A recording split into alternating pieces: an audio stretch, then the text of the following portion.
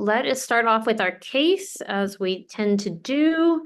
I'm excited about this case. We see a lot of this in adults as well as children. So we're going to talk about severe acute splenic sequestration in a well-transfused patient from Augusta. Dr. Sakalkar, I believe you and a medical student, Mr. Thomas, will present.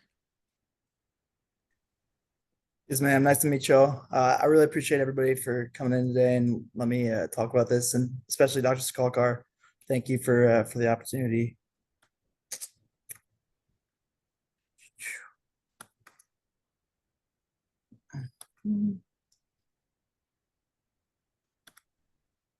Sorry, 1 second.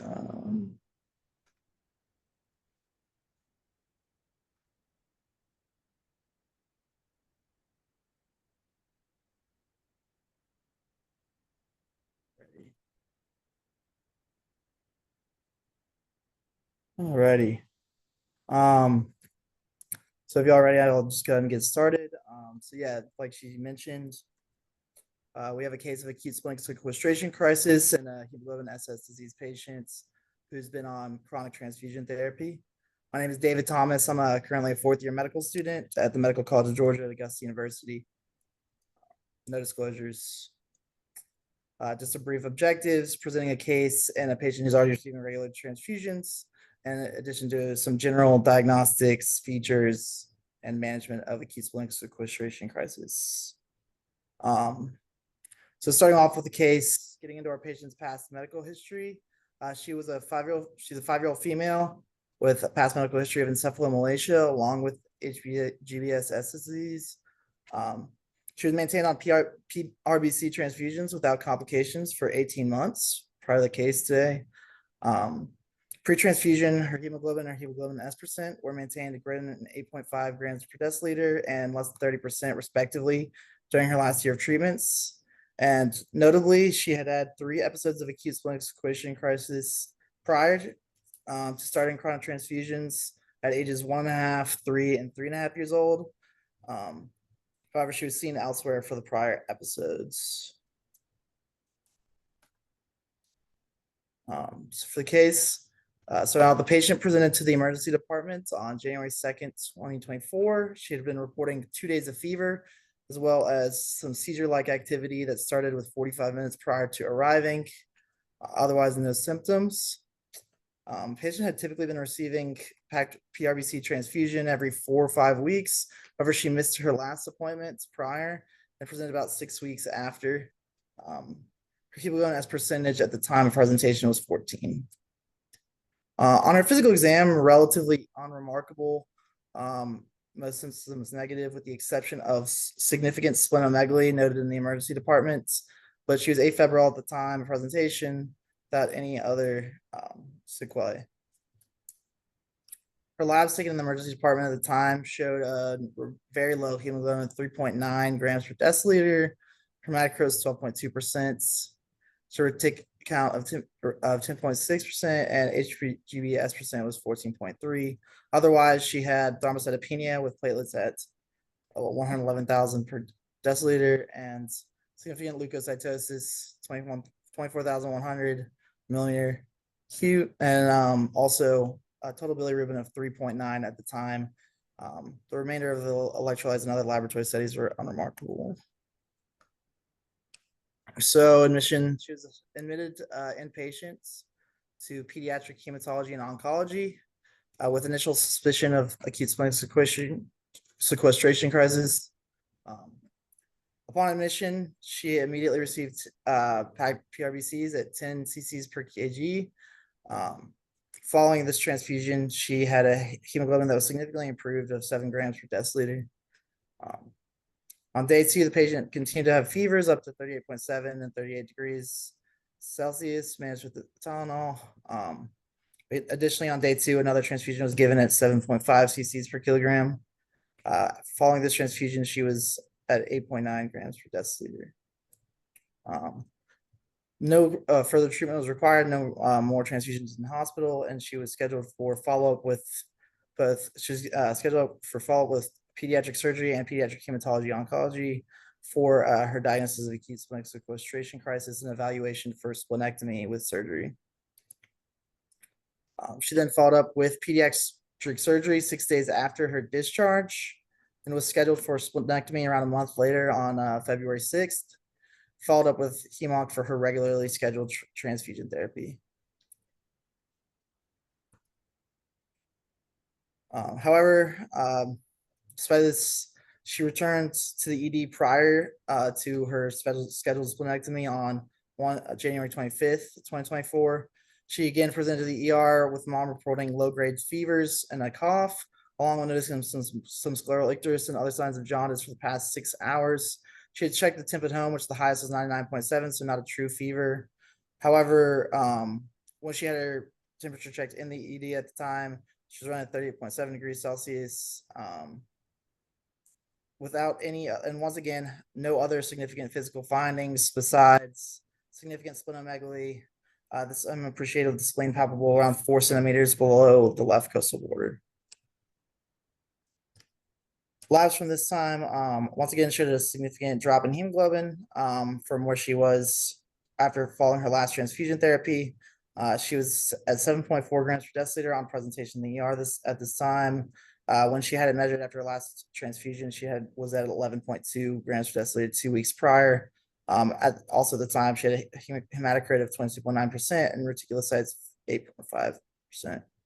Once again, thrombocytopenia, 103 thousandths per deciliter, dropped down from 369 thousandths seen in clinics 2 weeks prior again. And the leukocytosis up to 11.3 thousand. Total bilirubin was again elevated at 3.8. So patient again admitted this time to PTMONC and received an initial PRBC transfusion at 7.5 cc's per kilogram. Following this, hemoglobin climbed to 8.9. She had fever up to 39 degrees Celsius during admission, but required no further treatments and no other interventions. She was again discharged on day 3 of her hospital course with instructions to follow up and came on clinic for her scheduled transfusion therapy on February 2nd, in addition to being following up with admission to the hospital with PT-MONC the day before her scheduled splenectomy on the 6th. So, like I said, she was followed up with HEMONC, then admitted to the service on the 5th of February, received transfusion prior to surgery, and then underwent laparoscopic splenectomy on the 6th and had no complications during surgery or postoperative complications. And then giving her a follow-up course to date. So she's now been 4 months post splenectomy, and she's been continuing on her monthly transfusion therapy for stroke prophylaxis. Presented to the emergency department 1 time since then, but relatively uncomplicated UTI, discharged after 2 days stay, and no other complications since then. She's been hemodynamically stable on her monthly PRBC transfusions. The hemoglobin consistently over 9.5 grams per deciliter pre-transfusion. Hemoglobin S percent was initially 19.3 on March 1st, around 1 month after, and has since been around 11 to 12% when measured. And then just kind of going over a general overview of acute splenic sequestration crisis. It's a very unpredictable and life-threatening event with mortality reported around 0.53% per instance as a complication of sickle cell disease, in addition to a couple others. Involved in deterioration in splenic function and size due to recurrent autoinfarcts and scarring. Presentation typically happens once the spleen is infarcted due to a sickled RBCs obstructing the veins in the spleen and entrapping, leading to a rapid drop in hemoglobin and significant and rapid splenic enlargements. Average size of the spleen is 3 centimeters below the costal margin and first SC presentation. Other presenting symptoms can include general infectious symptoms, including GI complaints, respiratory, and UTI. Prior to the first crisis, interestingly, 79% of patients have no history of splenomegaly. The majority of those experiencing acute splenic sequestration crisis will have multiple events, 67% or more having more than one episode. The prevalence of acute splenic sequestration crisis in those with sickle cell disease is around 13%, and it is considered the earliest life-threatening complication of sickle cell disease average onset at 1.4 years of age. So the management/prevention of this, it's a little bit varied in its approach.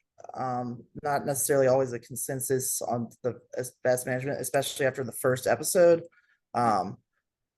Providers can opt between observation, sometimes choosing prophylactic red blood transfusions until 2 years of age, and then typically at over 2 years old, choosing splenectomy as the course. Most often, the immediate management involves a blood transfusion at 5 to 10 milliliters per kilogram, like you saw in this case.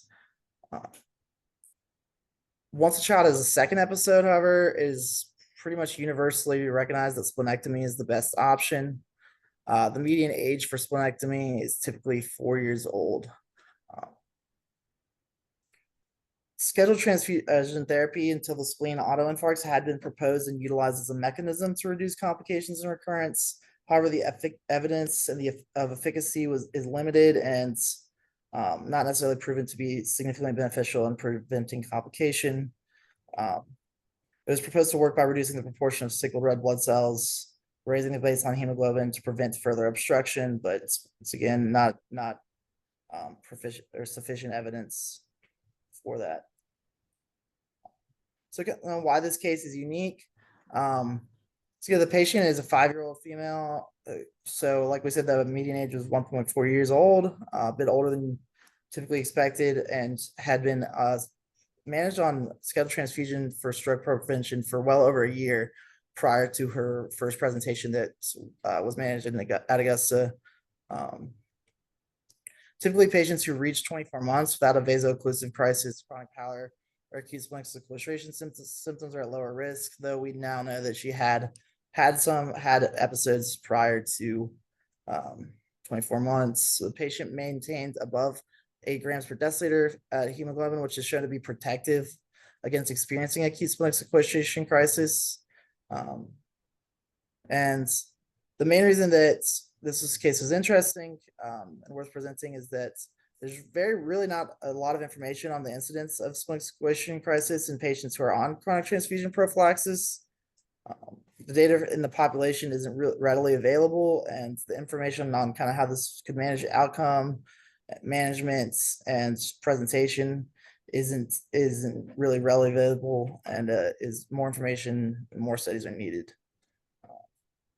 So yeah, the patient had been on transfusion therapy for 18 months by the time she presented and been doing well on treatment, with everything well controlled and monitored frequently during this time period, putting her at lower risk and less suspicion for occurrence.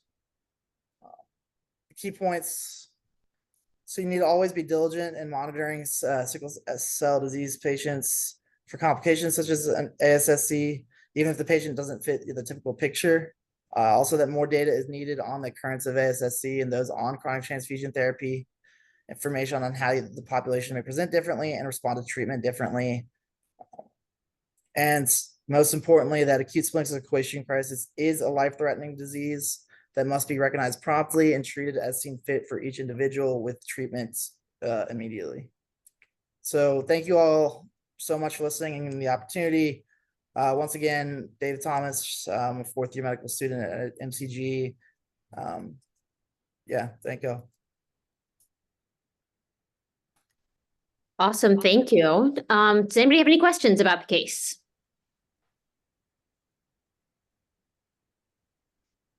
Or other thoughts? I do. The S David. level, the hemoglobin good S job. level, was it maintained low, less than 30% on the chronic transfusion, or was higher? It had been typically, there were occasions where it had been measured from what I was looking at through her reviews. I believe there had been occasions, but very seldomly. Most of the time it had been well managed and maintained below 20%. And was the patient, did the patient have splenomegaly to begin with, or this is an acute event that? Not at baseline, at least on observations in clinic prior to the presentation of the emergency department. Yeah, so actually, Good job, David. Question. This is that's congratulations and well done. Thank you. Was the patient on hydroxyurea as well as the transfusions? I do believe so. Yes, ma'am. No, so actually, this is Vish Sakhalkar from Augusta University. I have been following this patient since January 2023 when I joined there. And so this child is on chronic transfusion program due to the abnormal TCD. And actually she had, she also had a stroke originally, I believe 1.5 years ago.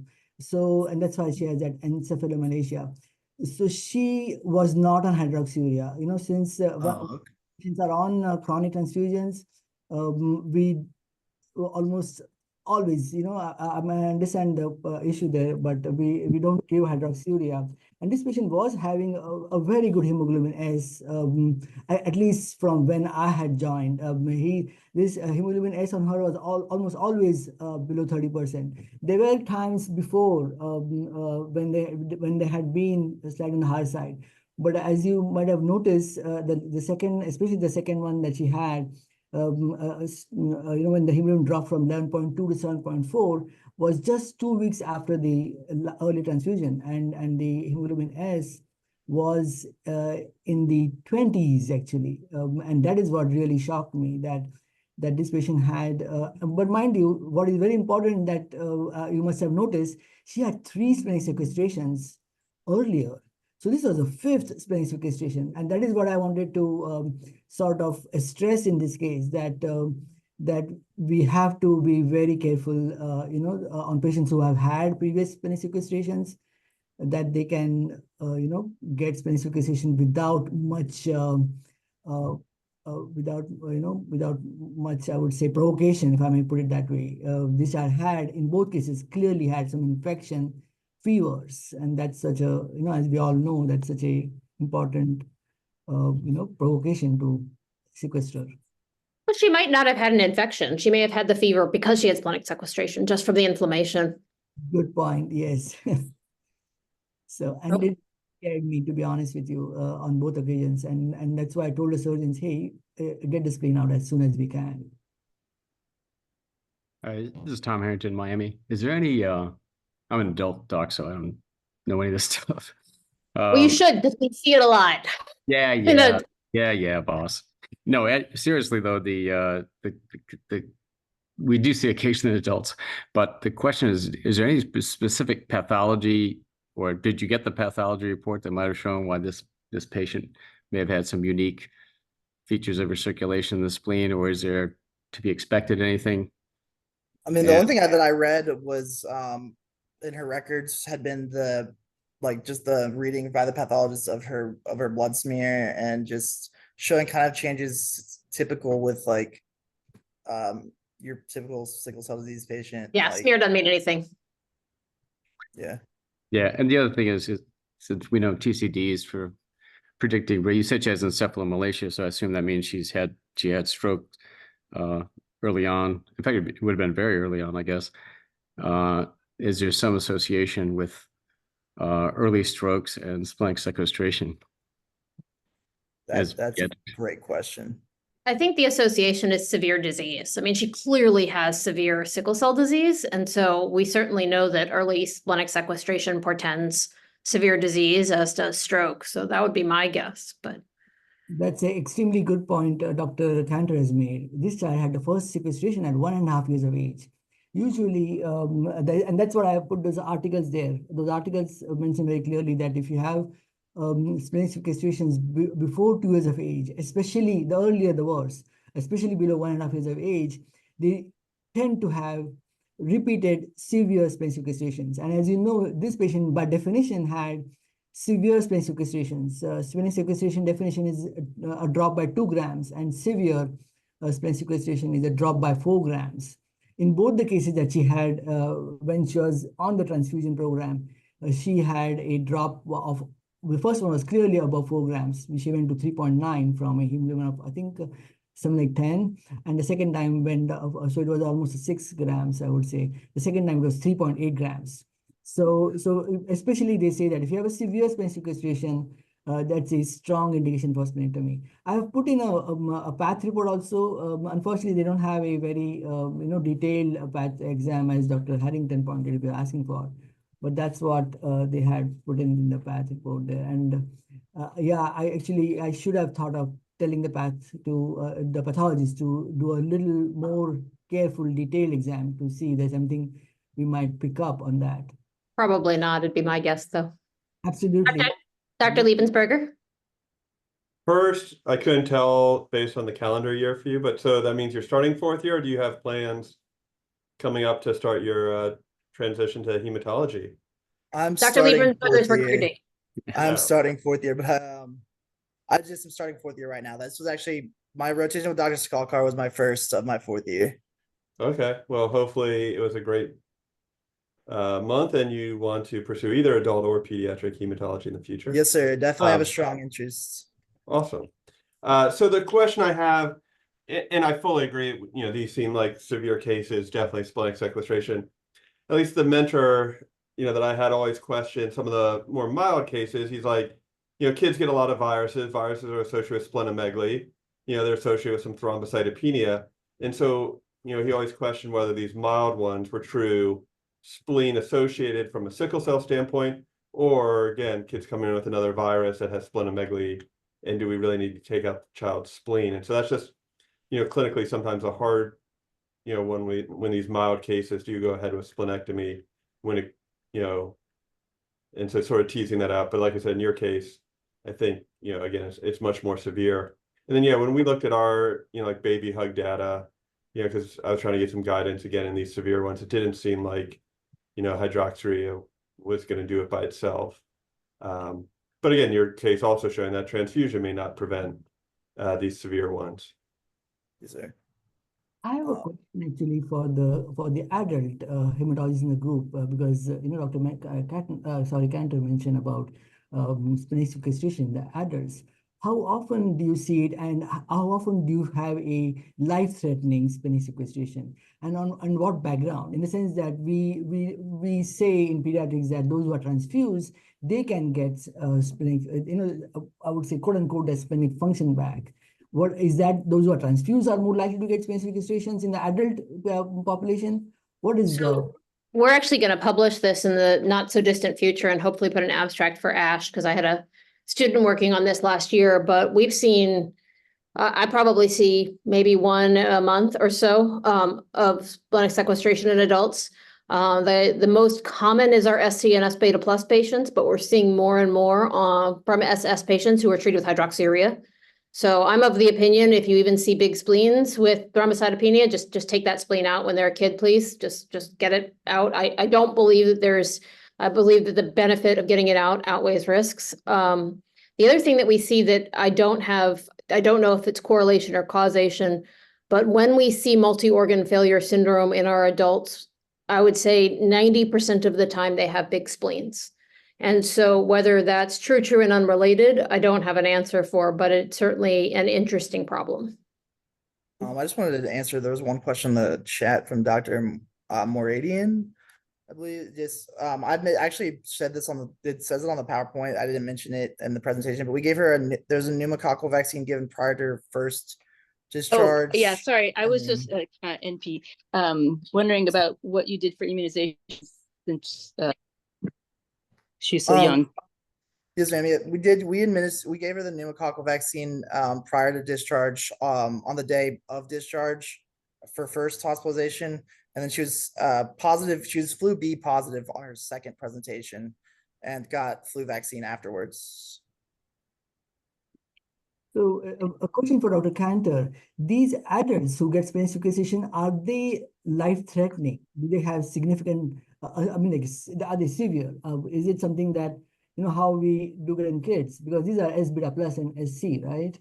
Yeah, I mean, they're not severe usually in their drop in hemoglobin because they just have a lot more hemoglobin to go by, but they can be very severe. We had one young man who had a lot of issues all at once. He was septic, he had sequestration, and all I can tell you is when he walked in, his hemoglobin was 3 and he coded. So it can be bad. Dr. Alvarez, last question. Certainly, a spleen is a very special organ because you have a lot of acidosis and hyperviscosity and a very tricky circulation. So even with that 20%, still the patient can sickle there and then cause, the occlusion of these little vessels there and cause a sequestration. And then the other thing about the pathology, I mean, usually these spleens are removed laparoscopically, right? So they smash the spleen quite a bit. So I don't know how much they can tell you other than what you said, that there was congestion. But the real anatomy may be difficult to ascertain because all the pieces of the spleen that are provoked by the smashing of the organ. That's a good point. The other thing I'd say about a patient like this is please see if they have a matched sibling. This is someone who I would, without doubt, consider for transplant. I mean, she's had a stroke, she's had a TCD that's abnormal, obviously, because she has CNS vasculopathy. She's had severe sequestration. She's in for a rough course. And with that, that was a great case. Thank you to be Dr. Thomas and Dr. Salkakar, and we really appreciate your joining us in a great conversation.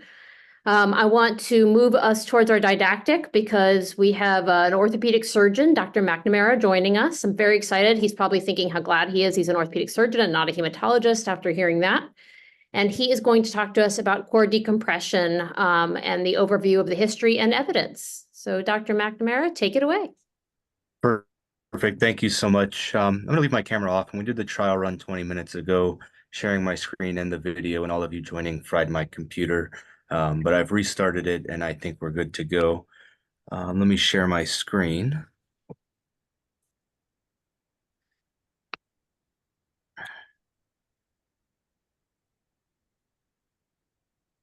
And then if you guys can just tell me once you guys are actually able to see it. It's contemplating. Yeah.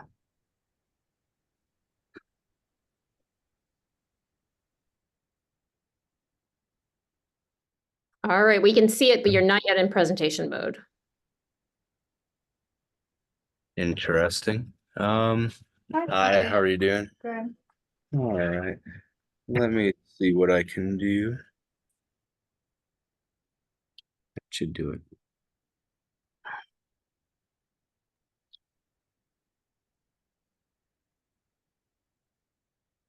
Click a slideshow on the top Um, or bottom. the bottom. Yeah, but a slideshow shows in the on the top. There. Yeah. Okay. Can you Perfect. guys see it? Yep, you're good. Okay. I guess it started to go through already. My computer seems to really not like this, but just a little bit about myself. I'm Colin McNamara. I'm one of the orthopedic attendings here at the University of Miami. I did my undergrad training at the University of Notre Dame. I majored in physics. Went to medical school in Boca Raton. Did my residency here at the University of Miami. Went to Houston for a year. And then I was hired back about 8 months ago to be an attending here. Most of what I do is revision total hip and knee replacements for infection or for hip and knee replacements that failed for whatever reason from the community. They get referred here to the university. And most of what we do is quite complex, but we do primaries as well. And one of the most common reasons I do primary hip replacements actually is for AVN.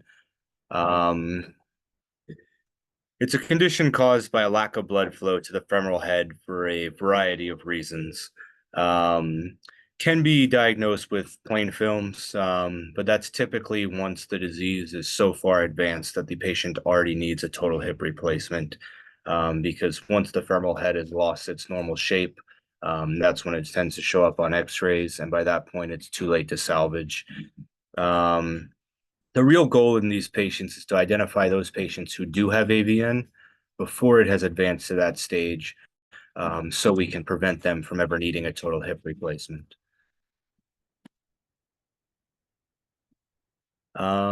It accounts for about 10% of the total hip arthroplasties performed in the US. But again, in university centers like ours and like your own, it's probably closer to 40 or 50%, since a lot of the very straightforward primaries that are done for mild to moderate arthritis in patients who may or may not even need a total hip replacement get done in the community at private centers. And then the really difficult primaries that private centers don't want to undertake, but for patients who truly need total hip replacements, for whom it can make a large difference in their life, get referred to us. Males are more common than females, and these are very young patients. The average age of a patient needing a total hip replacement is in the 60s, but for patients with AVN, it's very young patients, average of 35 to 50.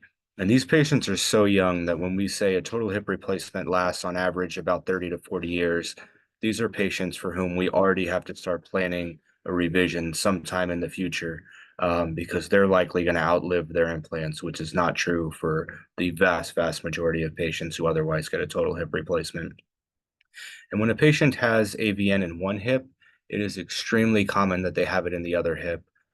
So very common is you'll see one patient, or you'll see a patient who has AVN in one hip where the hip has already collapsed and the patient needs a hip replacement. But if you don't look in the other hip, you may miss AVN that is early enough that you can prevent it. Multifocal involvement, meaning other joints, much rarer, but you have to consider that as well, such that the patient who shows up with needing a total hip replacement for AVN in one of their hips, but also complains of shoulder pain or ankle pain, you also want to look there as well. There's a variety of risk factors for AVN, and we break them up into direct causes and indirect causes. The direct causes are things like trauma that directly cause a loss of blood flow to the femoral head. And for these cases, we often call them osteonecrosis instead of avascular necrosis. But more or less for this presentation, they more or less mean the same thing. What we're more concerned with is the indirect causes. There's a handful of them, and these are all risk factors that also make the patients much more complex total hip replacements to perform, meaning that patients with these risk factors are not only at a risk of getting AVN, but they're also at risk of having their total hip replacements fail or get infected. Things like alcoholism, HIV, both because of the disease process and some of the medicines that are used to treat it, and steroids. One of the most common things, at least here in Miami, that we see is young men in their 30s or 40s who are bodybuilders, very muscular, but use steroids to gain muscle mass and then end up with AVN, making their hip replacements quite difficult. The traditional scoring system for AVN is the FICAT score. I think this is something that most people are very familiar with, or at the very least, everybody had to study this for step one, whether or not you still use it. Divides patients up by whether or not symptoms can be seen on radiographs. But in reality, once you can see evidence of AVN on a radiograph, it's progressed too far. And generally those patients need total hip replacements. So for our purposes, stages 3 through 6 are more or less equivalent. And we categorize those patients as needing a hip replacement. Stage 0 means they don't have AVN. And most of this talk will focus on patients in the FICAT 1 to FICAT 2 stage. And where does core decompression come from? Before MRI, AVN was actually a pathologic diagnosis. If you had a young patient who came in complaining of hip pain, AVN was something that you would consider, and if you had a strong suspicion for it, you would actually do a biopsy of their femoral head in order to get a sample sent to pathology so that they could diagnose whether or not the patient had AVN. And many surgeons realized that due to delays in scheduling a total hip replacement, if they had done this biopsy and the pathologist said that the patient had AVN, a lot of times by the time the surgeon did the total hip replacement to replace their hip, the AVN had gone away and it was no longer there. And the hip replacement was more or less performed inappropriately, meaning that they didn't realize the AVN was gone until they cut the femoral head and inspected it. And by that time, it was too late to abort the total hip replacement. You had to proceed with it. but oftentimes the patients had very healthy appearing femoral heads, and the total hip replacement was inappropriate. This led some surgeons to begin doing this core decompression, essentially doing a biopsy of the femoral head as a treatment for early stage AVN. And they noticed that a very large percentage of patients for whom they did this did not go on to needing a total hip replacement ever, and that their AVN resolved. There's many theories for why that happened. But one of the main theories is that it alleviates pressure within the femoral head, allowing the normal blood supply to be reestablished and allowing the femoral head to heal itself. But this is actually extremely controversial. There's a large generation of surgeons who are now in their final years of practice for whom AVN was seen as like this godsend, a great treatment that led patients to no longer need a total hip replacement. But as people began looking at core decompression, they realized that a lot of patients who don't undergo core decompression and have evidence of AVN on MRI also heal. And another generation of surgeons who are now kind of in their mid-career began to question if this procedure had any benefit whatsoever, or if it's just a natural course of AVN that most patients do heal, and that AVN is not really doing much for these patients. And then I think today, the pendulum has swung kind of back towards the middle, and we've begun to identify for whom core decompression does have some benefit, maybe not a large benefit, but some benefit. And really, most of the literature now is at identifying those patients, and we'll get into that shortly. In a core decompression, essentially what we do is we put a trephine through the lateral femur and into the femoral head and remove some of the bone. And as I discussed, patients who undergo core decompression, about 70% of them avoid needing a total hip replacement. But in reality, probably something like 50 or 60% of them would anyways, even if the core decompression was not performed. So again, core decompression only applies to patients in FICAT 1 and some of the patients in FICAT 2. And a lot of what we're doing now is identifying those patients in that group for whom core decompression is a good idea. There's a less known scoring system called the Kerbal classification that we use a lot as arthroplasty surgeons, but it isn't necessarily as commonly used in other specialties. Definitely not something you need to know for step one, like the FICAT classification, but it's a much more powerful classification. It's an MRI classification for patients in FICAT stage 1 and 2, looking at the areas of necrosis in their femoral head. And again, these are patients for whom the femoral head has not yet collapsed, but with MRI, we can see where it's necrosed. We essentially take a coronal and a sagittal view on MRI, mark out the area that is necrotic with an angle, and then add these two together in order to determine essentially how bad their AVN is, and more importantly, what their risk is of their femoral head collapsing, whether or not we do anything. There's a low-risk group for patients who have a combined angle less than 190. There's a high-risk group for patients who have a combined angle greater than 240. And really, it's this moderate risk group that truly matters. And again, this is a really narrow window of patients who have avascular necrosis.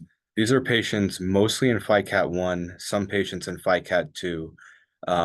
And of those patients, it's a really tight window within those patients. But these are the patients, as an arthroplasty surgeon, whom I will consider core decompression. We know from the literature that no matter what we do in the low risk group, more than 80% of those patients will do well and not go on to need a total hip replacement, no matter what we do, whether or not we do a core decompression. And the opposite's true for the patients in the high risk group. Almost all of those patients will go on to collapse, whether or not we do anything. But for patients in that moderate risk group, core decompression does seem to show quite a bit of benefit. Essentially, for patients in that moderate risk group, there is actually a large difference in terms of how those patients will do. Patients in the moderate risk group who do not get a core decompression will very likely go on to need a total hip replacement. And the opposite's true. Patients in the moderate risk group who get a core decompression, most of them will do quite well and not go on to need total hip replacement. And some people have looked at adding bone marrow aspirate, essentially adding like PRP to this procedure. That's a little more controversial, but there is good literature that if you take patients' bone marrow aspirate, spin it down, and inject it at the end of a core decompression, these patients will do much better.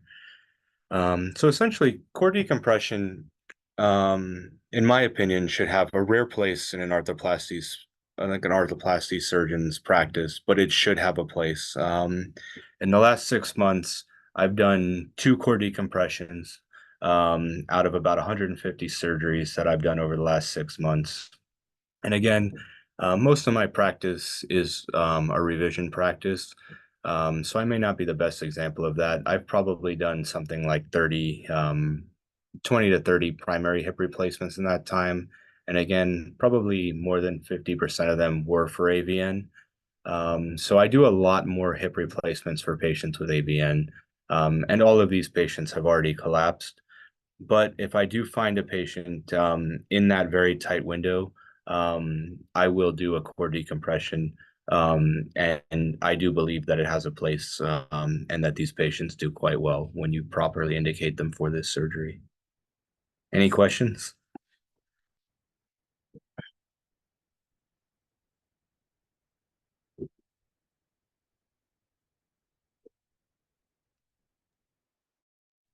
This is Sophia from Miami. Thank you for your presentation. I remember a while back there was a study comparing core decompression to physical therapy, and actually physical therapy was the same or superior to core decompression. I don't know exactly how bad the patients were, in terms of the severity of the angle and all that, but what is the role of physical therapy for these patients? Physical therapy is good for pretty much any orthopedic pathology. Strengthening the muscles around any joint will lead to better function of that joint and therefore directly decrease their pain and their symptoms that the patients are experiencing. I think in terms of just core decompression as a whole, looking at all patients in FICAT 1 or FICAT 2, benign neglect is probably almost as good as core decompression for those patients as a whole, because now we've identified groups of patients that are going to do well no matter what we do, and groups of patients who are going to fail no matter what we do. And those 2 groups make up the vast majority of patients who do have AVN. I think the patients who would benefit from a core decompression is an extremely narrow window within the overall population of patients with AVN. But I think if we can identify those patients and properly indicate them, I do believe that core decompression does have a small role for these patients. Thank you. That was really interesting on a number of levels. I had put some questions in the chat. So for patients with high risk, in that high risk group, they're going to collapse. The question we're asked a lot is, will core decompression delay their time until collapse, delaying the time until they need a new hip? It may, and it's not as completely black and like white as I put it. It's probably something like 85% of patients for whom we do nothing will collapse, and maybe 78% of patients for whom we do a core decompression will collapse. And then you really have to think about the risks and benefits of doing a surgery for these patients. There's always a risk with a core decompression that the patients can fracture after the surgery. We are indeed weakening their femoral neck. And if the patient fractures, that's much worse than going with AVN, because it makes the hip replacement much more difficult and it's way more painful for the patient. There's always the risk they could get infected. And then in terms of really rare things, there's also the risks of any surgery and the risks of going under anesthesia. Like it would be extremely rare and it would lead to a large investigation, but like there's always a risk anytime we do surgery on a patient, like they could even die or lose their limb from the surgery. If I was in that high risk group myself, I might strongly consider getting an AVN. I've been getting a core decompression just for that added maybe 7% benefit. But that's something that the patient and the surgeon and their medical team as a whole really need to discuss, because no surgery is a small surgery, and there are definitely risks with doing this. And for many patients, it may not be worth doing a surgery for such a small benefit. Other questions? Yeah. Hi, Colin. Thank you. This is Tom Harrington. Thank you very much for the talk. I learned quite a bit, as I expected. I've never heard of this Kerbal score, and I don't think I've ever seen it given in an MRI reports. So, they'll say AVN. They may give it some description, but I don't think there's a score there, and I don't know who's supposed to interpret that. I send a lot of business to you guys, but I don't know if there's any arrangement where the radiologist does that score, or if that's something that the orthopedics does when they get the case referred to them. Yeah, I mean, it's typically something that like Victor Hernandez or I or Dr. DePuzzo do ourselves. It may be worth us talking to Dr. Jean Jose, about adding that to his reports. But a lot of in reality, we do read the radiology reports, and we do have a lot of respect for our radiologists. Our musculoskeletal radiology group here is world class. But at the end of the day, when we're going to operate on a patient, we are scrolling through the images ourselves, calculating this ourselves, and taking into account what the radiologist says. But we're also very critically looking through the MRI, looking for signs of collapse that may have been missed, and calculating this out ourselves before we cut a patient with a knife. And if a patient has AVN, or the obvious that even hematologist picks it up, you would recommend getting imaging of the other hip just to see if there might be something salvageable on the other side? Absolutely. If they have any pain or any symptoms whatsoever on the other hip, you should. And it's not a bad idea. I mean, it's not much harder to get an MRI of a pelvis than it is to get an MRI just of a hip. When I order the MRIs myself, I order a pelvic MRI, so I pick up both hips, and I look critically at both hips. And I think that is a very good idea, because it's about 80% of patients with AVN on one side will have it on the other. Excellent. Beatrice. Dr. Kahenia, I don't know how to say your whole name, so I apologize if I said it poorly. Correct, Kahenia. Thanks for this very wonderful presentation. You know what? I just had a patient who had a total hip replacement to one of the hips, and this was 3 years ago. She now has very bad neuropathic pains radiating down from the hip down to her legs, and even the range of motion has been reduced. She has tried some physio, and I'm wondering whether this is one of the patients we should be sending back to orthopedic surgery for correction. Would this be correctable through orthopedics, or what would be your recommendation here?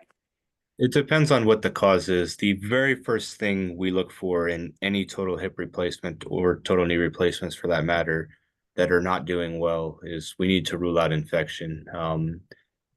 Things like staph epi are very benign infections, very slow growing, and don't cause a lot of symptoms. But infection is the very first thing we need to rule out for sure, and is sometimes the cause of things that don't look like a periprosthetic joint infection, but are causing issues. We also look to the spine. We're not spine surgeons, but some orthopedic surgeons are, and we work very closely as hip replacement surgeons with our orthopedic spine colleagues. Many patients who need a hip replacement also have pathology in their spine, and vice versa. And we work very closely with our spine surgeons. Also, hip replacement is a great surgery. Something like 90% of patients are very happy with their hip replacements. but something like 5% of patients are not. And we need to continue perfecting our craft, perfecting our implants, and addressing why 5% of our patients are not happy with this surgery. Okay, thank you.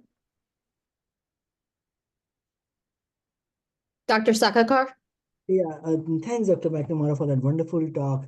I had two questions. One was, is the incidence of improvement without decompression higher with sickle cell disease as against other etiologies causing the AVN?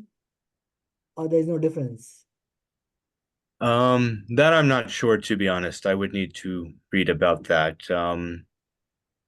We have a bit of a narrow focus in our field, and we focus more on the AVN. We do address why the patient had AVN. Those are the first questions I go through, but I'm not certain if that specific population of patients who get AVN do worse than others.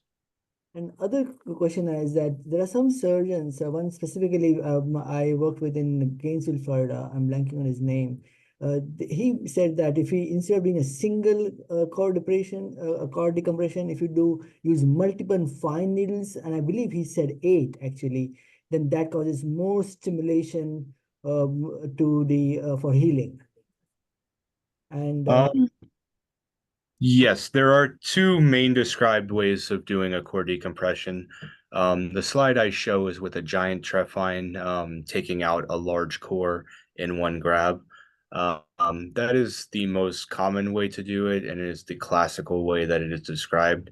I actually do it similar to how your surgeon described. I use a 3-5 drill myself, which is a smaller drill. And I make multiple passes. I go through the same hole on the lateral cortex, but I take multiple passes into the femoral head. And I do believe with the philosophy that your surgeon has described that does create better blood flow. But how you do a core decompression is actually different by different surgeons' techniques. And the picture I showed is not actually how I personally do the procedure. It's just the most described way. thanks very much. Other questions? Actually, I just have one clarification. The question about, we use the term decompression, you're literally trying to decrease the pressure inside the femoral head with these biopsies, with the procedure and maybe the multiple fine needle biopsies, that decreases the pressure inside the bone, whether it's chronic edema or chronic high pressure. Is that what's going on when you're improving it? That's the most common theory. Like I said, this was described about 50 years ago, kind of by accident or incidentally. Core decompressions were being performed for a very different reason before the development of MRI. People noticed that this improved patients' outcomes and then tried to think of a theory as to why that was occurring. And we still don't completely understand, even 50 years later, why this works. But that is the most common theory, is that it decreases the pressure in the femoral head, which allows those vessels to open back up and to restore blood flow. Great, thank you. I just had a quick question about, so with it being so common to be bilateral, as compared to like the general population who might need bilateral hip replacement for other pathologies that are more like musculoskeletal, do you kind of worry more about like rapid progression? And if so, how does that change the time frame between like one hip replacement to another hip replacement, where like the general person might get, you know, time to rehab the first one before second? Do you have to worry about, like, do you typically do them both at once, or is it just a smaller window, or yeah? So as surgeons, and this is kind of an open secret, we are financially incentivized to do the total hip replacements at least 90 days apart. If we do bilateral hip replacements, we only get paid like 1.5 times what you would get for one hip replacement if we do both.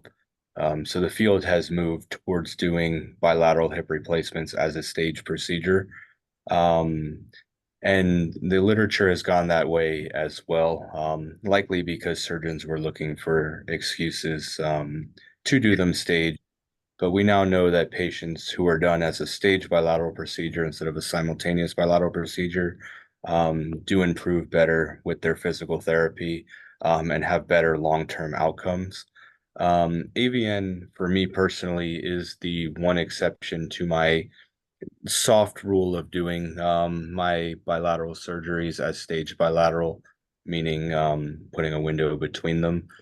For patients who have really bad AVN, I will do these surgeries simultaneously if the patient needs that and if the patient wants that, with the patient understanding and agreeing that his or her long-term outcome may be slightly worse if we do them together because the progression with physical therapy will be worse. The one caveat to that is it's very common for a patient to have collapse on one side and be pre-collapse on the other. And in those patients, I will oftentimes do a hip replacement on one side and do a core decompression on the other side. That was actually the case for both of the patients who I did core decompressions on in the last 6 months. When I mentioned I've only done 2 of these procedures in the last 6 months, they were both part of a like bilateral procedure where somebody had collapse on one side and met the indications for core decompression on the other side. I'm very happy to do both of those procedures together.